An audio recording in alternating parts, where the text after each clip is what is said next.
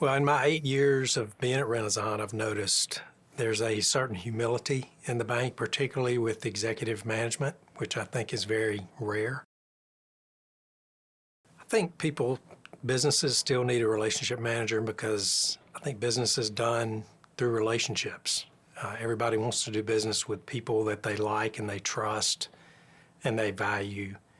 And I think that's hard to get if it's not with a person. I think I just think you want someone you can talk to about your banking that you can get feedback from and you can give feedback to. Well, you want to have a banker that you can call to help you with whatever banking need you have. You don't want to call 10 different people for 10 different things at a bank. You don't want to call and get transferred 4 different places or told to call a different number. You want somebody you can trust, who knows your business, and who can help you right away or advise you. You also want somebody within the bank who, like I said, knows your business well enough, knows your financials well enough that they can be an advocate for you within the bank, particularly if you're applying for a loan. Well, I've been doing this for 25 years, so I've seen a lot of different things, good and bad. I've done a lot of things correctly and incorrectly, so I would hope that expertise is valuable to my business customers. I think any business needs a commercial relationship manager. A lot of times people think they don't need one because they don't have any lending needs, any loan needs, and you still need someone who can navigate the bank for you, whether you've got your deposit-only customer or you just have investments or you just have a retirement plan with the bank. You want a go-to person that you can call.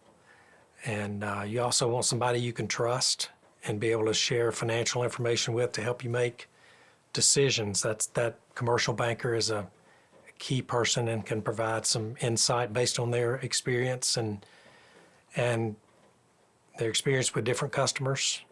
They could share things that they've learned and help you.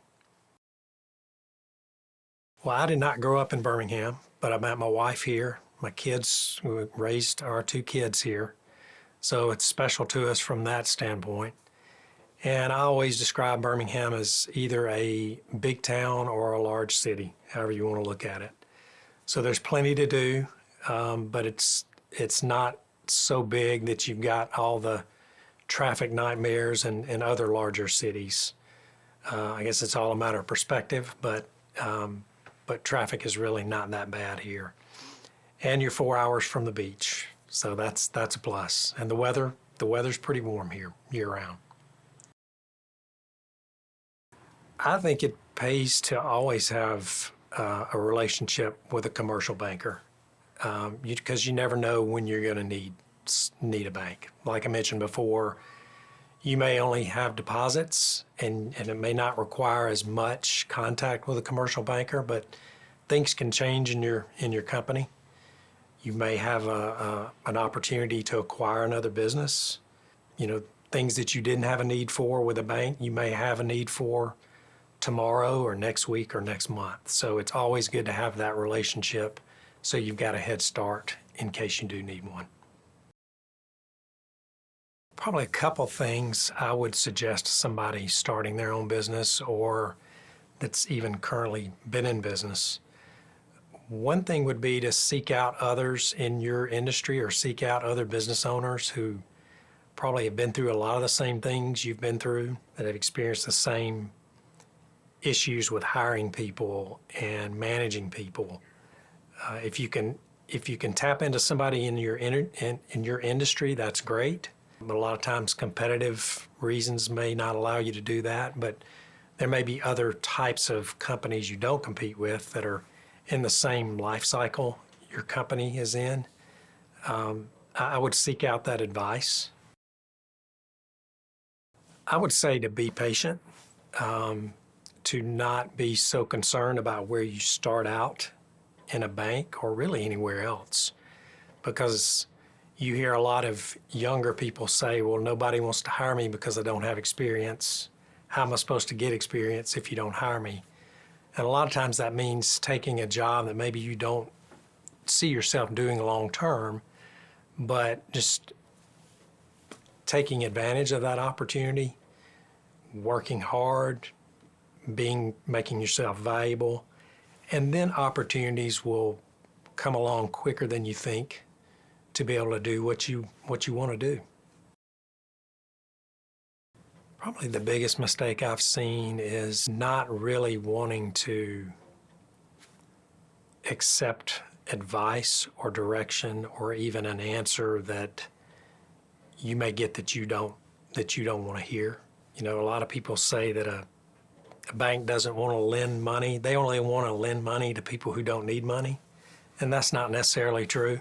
You know, we have to look at the company's ability to repay the loan. And a lot of times, especially for somebody starting out, they think they have a good idea. They do have a good idea. They have a good plan, but there's no track record on, you know, how they're supposed to pay the bank back. And so the bank has to look at that track record. And so I think it's important for that business owner to listen to what the bank's trying to tell them. I had a customer once who I turned down for a loan, and while he was disappointed, probably 6 months later, I saw him and he said that was the best thing that could have ever happened. Now, not everybody may agree with that, but in that case, even though he didn't want to hear the answer, it probably saved him a lot of heartache. I do love to play golf, and I did once caddy for Jack Nicklaus. He was playing at a exhibition event in the town where I grew up, and the course superintendent was designated to be his caddy. And after about the second hole, carrying that big bag, he looked like he was about to die. So I jokingly asked him if he wanted me to carry the bag for him, thinking he'd just shoo me off. And he looks at me and he says, "Yeah, come on." And there's no way he would have made all 18 holes. But anyway, I got to carry his bag. There wasn't a lot of conversation, but because there were so many people talking to him. But the guy you see on TV, the gracious guy and class person, that is what I saw that day. So I think he's the real deal.